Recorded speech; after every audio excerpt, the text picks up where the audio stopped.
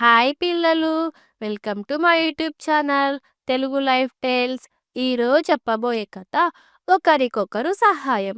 ఒక చిన్న గ్రామంలో కుందేలు మరియు తాబేలు స్నేహితులుగా ఉండేవి.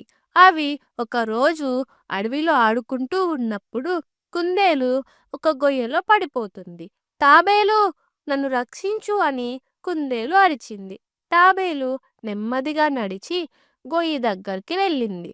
తాబేలు చుట్టూ చూసి ఒక పొడవైన కర్రను తీసుకొని వచ్చింది. కుందేలు, ఈ కర్రను పట్టుకో అని చెప్పి తాబేలు కుందేలుని గొయ్యి నుండి బయటికి లాగింది. కొన్ని రోజుల తర్వాత తాబేలు ఒక పెద్ద రాయి కింద చిక్కుకుంది. కుందేలు అది గమనించి వేగంగా పరిగెత్తుకుంటూ వచ్చి తన బలమైన కాళ్ళతో రాయిని పక్కకు తోసేసింది. తాబేలు సంతోషంగా, నీవు నన్ను రక్షించావు కుందేలు అని అంటుంది.